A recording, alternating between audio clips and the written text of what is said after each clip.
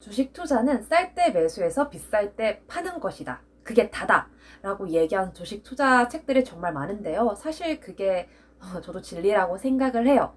그러면 어떻게 쌀 때 매수할 수 있는 거지? 이 주식이 싼 기준이 뭐지? 라고 궁금해 하실 분들이 많을 것 같습니다. 그래서 오늘은 이제 영예리치 아니죠. 네, 주식 산타. 네, 주식 산타로 제가 빙의를 해가지고 제가 지금까지 여러분들께 말씀드렸던 기업들, 종목들, 또 주식들 중에서 아직까지 적정 가격에 도달하지 못했거나 아직까지 좀 싸다라고 느껴지는 저평가된 기업들을 소개해드리려고 합니다.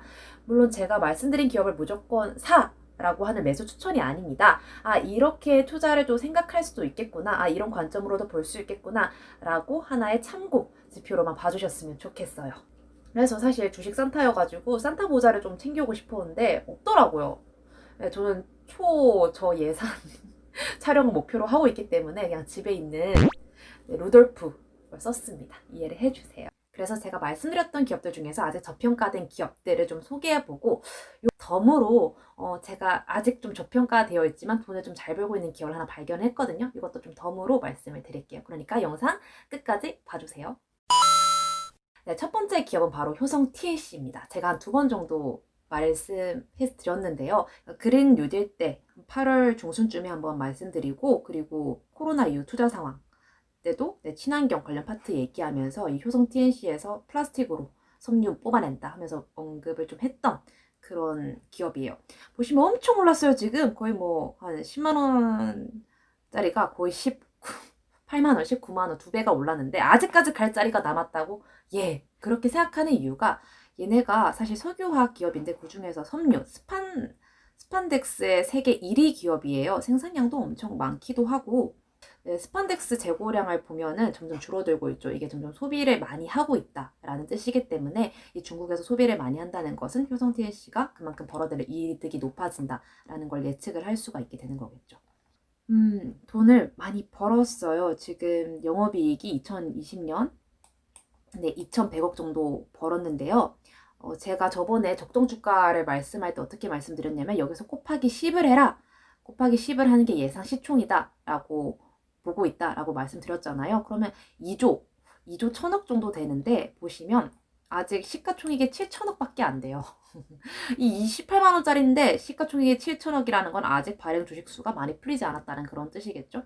그러면 거의 뭐 3분의 1 정도? 네, 3분의 1 정도 저평가를 받고 있다라고 볼 수가 있는 건데요. 이거 보시면 그 뒤가 더 대박이에요. 21년, 22년 예상 이익 점점 더 높아지고 있죠. 주로 저는 사실 2020년 것보다 좀 계산을 할 때 주식은 좀 꿈을 먹고 사는 그런 성질이 있어가지고 2021년 예상 이익으로 하면 더 좋다라고 말씀드렸는데요. 만약에 2021년 기준으로 하게 되면 시총 3조가 됩니다. 그럼 거의 뭐 4배. 거의 지금 4배 저평가가 되어 있다라고 볼 수가 있는 거죠. 매무표를 보시면 이 영업 활동 흐름 이게 플러스 마이너스 이렇게 되는 게 좋거든요. 얼마나 벌어들였냐, 투자에 썼냐, 돈 갚아 넣었냐 이건데 벌었고 투자했고 갚아 넣었다. 재무도 깔끔하죠. ROE도 상당히 괜찮습니다. ROE도 10 이상 워렌 버핏이 좋아할 만한 그런 기업이라고 저는 생각이 들어요. 자, 그럼 네이버 계산기로 한번 두드려 볼게요. 이번 걸로 기준을 했을 때 발행 주식수만 좀 해야겠습니다.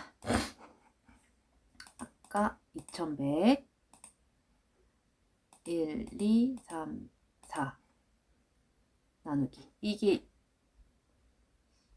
2조 2조 1000억으로 계산을 한 거예요. 나누기 발행 주식수 하면요 48만 5천 나요. 그쵸? 시총이 제가 3배가 더 넘게 잡았기 때문에 이렇게 나옵니다. 만약에 얘네가 인기가 좋아져서 주식수를 더 많이 발행하게 된다거나 무상증자 뭐 이런 거 해버리면은 더 줄어들 수는 있어요. 근데 아직까지는 이렇게 보인다는 거예요. 그래서 여러분들이 계속 이런 관련 있는 기업들은 어떤 변화가 있나 추이를 계속 보시는 게 좋겠죠. 그래서 이렇게 나온다.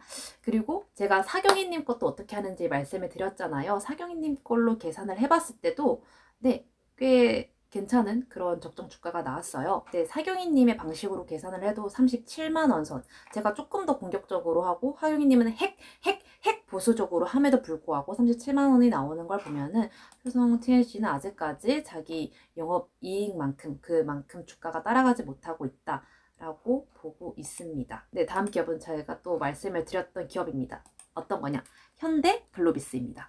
현대 지배구조 얘기를 하면서 얘기를 했던 기업이고, 그리고 스노우볼 책 얘기했을 때도 이게 스노우볼 30개 기업 안에 들어간다라고 말씀했네요. 오늘 엄청 내렸네요. 오늘 그 MSCI인가요? 이거 리밸런싱 물량으로 다 갖다 외국인들 엄청 팔았네. 후후. 네, 저는 좋습니다. 네, 저는 현대글로비스가 조정을 했으면 하는 바람들이 있어가지고 좋아요. 제가 한 16만 원, 17만 원 선이 좀 매력적인 가격이지 않을까라고 얘기를 했는데 그렇게 얘기한 이유는 바로 적정 가격에 있었습니다. 이것도 종목 분석으로 들어가 보면 돈을 꽤 잘 벌어요. 2020년 기준 6,800억이죠. 그럼 곱하기 10 하면 6조. 그러면 이 6조 8천억이 현대글로비스의 적정 시총. 자, 보시면 지금 6조 6,700억 원이죠.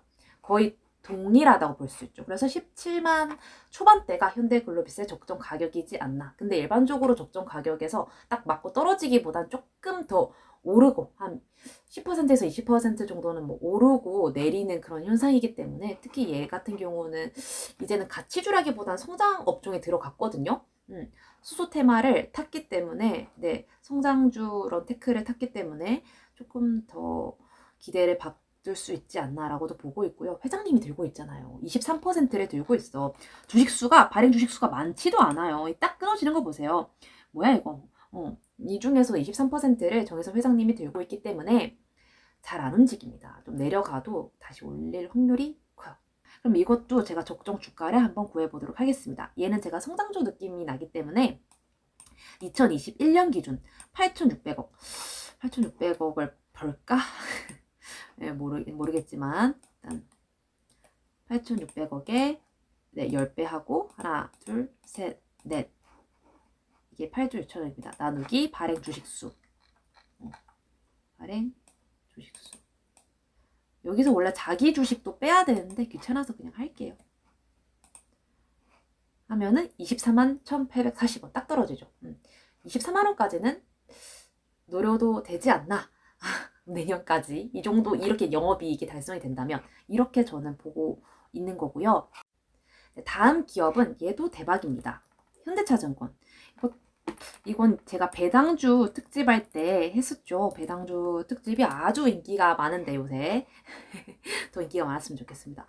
세상에 이것도 내려갔네. 근데 이거는 많이 올랐었어요 그동안. 네. 적절하게 조정을 받고 있네요. 조정 받으면 좋지. 자, 이게 시가총액이 3,600억밖에 안 돼요. 네, 그런데 보시면 영업이익이 네, 작년 기준 984 곱하기 10 하면 9,800억. 이게 작년 기준으로 잡아도 9,800억, 3,600억. 거의 3배. 3배가 적은 거예요. 3분의 1 정도의 가치를 지금 하고 있다. 아직까지 발표를 안 했는데 왜 9월달에 발표 안 했을까? 그러면 한 400억 선으로 분기를 4개 해서 4, 16 하면 1,600억이 나오잖아요. 1,600억 곱하기 10은 1조 6천억. 그럼 1조 6천억의 가치를 해야 되는데 시가총액은 3,600억. 엄청 저평가가 되어 있는 거죠. 그래서 제가 이것도 계산기를 좀 두드려 보도록 하겠습니다.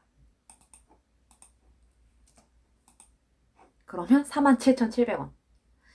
엄청나죠? 지금 4만, 네, 제가 제 관점으로 봤을 때 얘는 4만 원대인데 12,000원이다.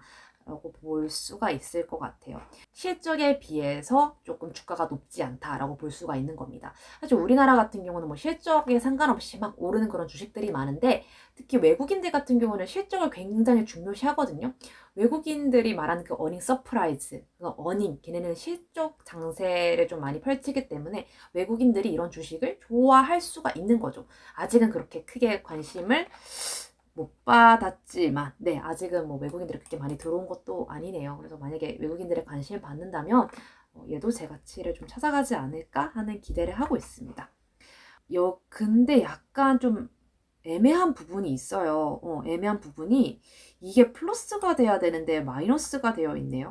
네, 이게 조금 애매한 부분이 있어요. 네.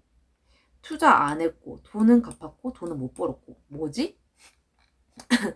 현대차증권은 살짝 재무제표상은 예쁘지가 않습니다. 현대글로비스나 효성 TNC는 조금 예쁜 부분이 있었는데 네, 이 재무제표는 연간 2020년께 좀 달성이 되면 한번 제대로 살펴봐야겠습니다.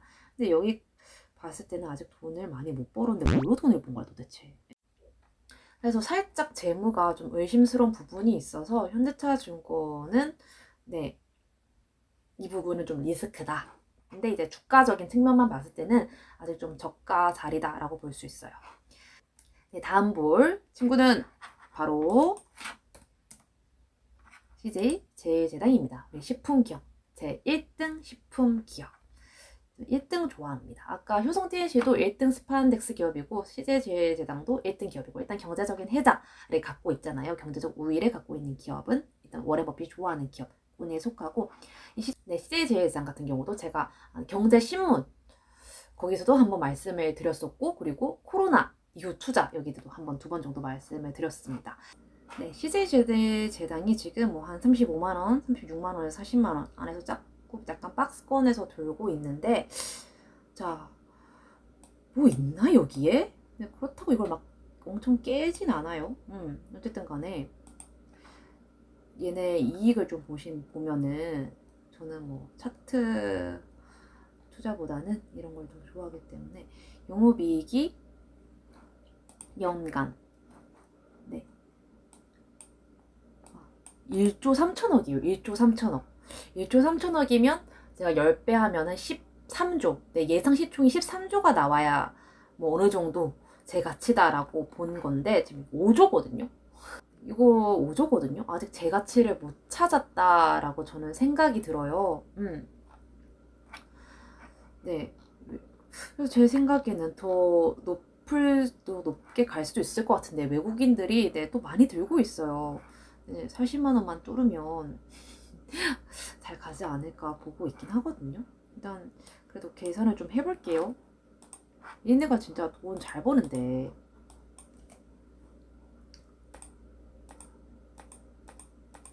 나누기 발행 주식수 얼마가 나올까요, 여러분?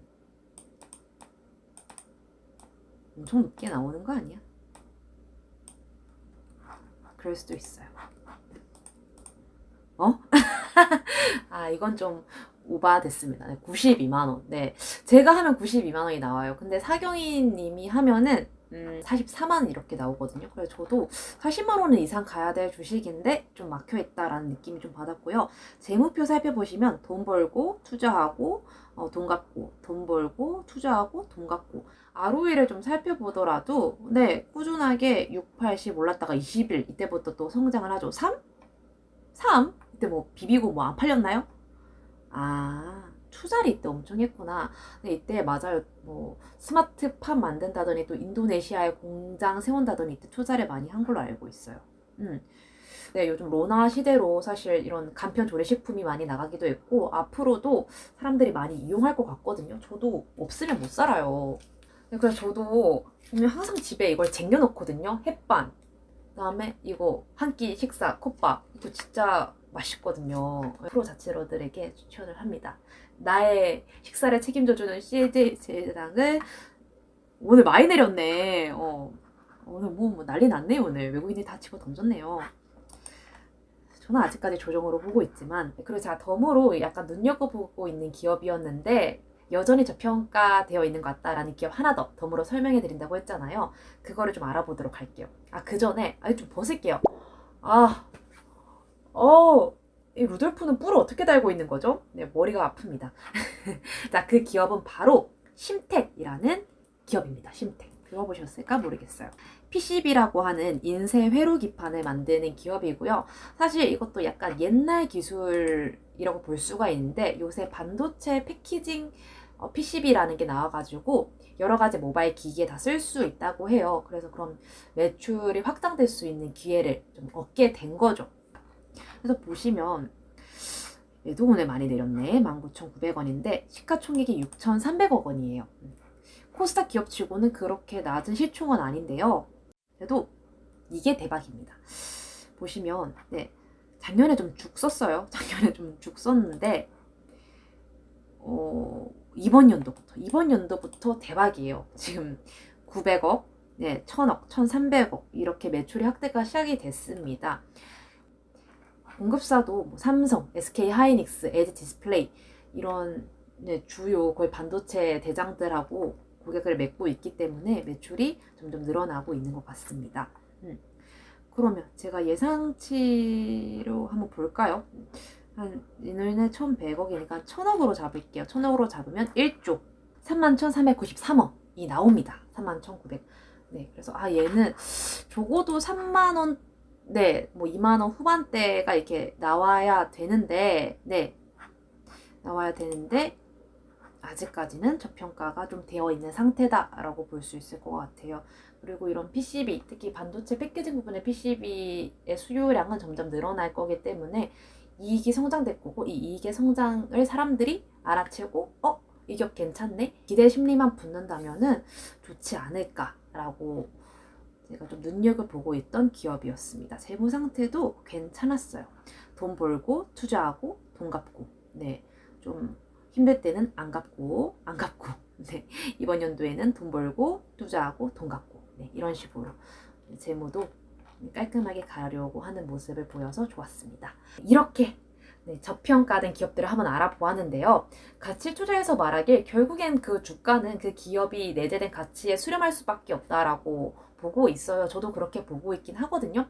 그래서 뭐 저번에 말씀드렸던 것처럼 1년 반이나 뭐 3년 이내면 그 가치에 다가갈 거다라고 생각은 하고 있지만 그래도 변수라는 게 있잖아요.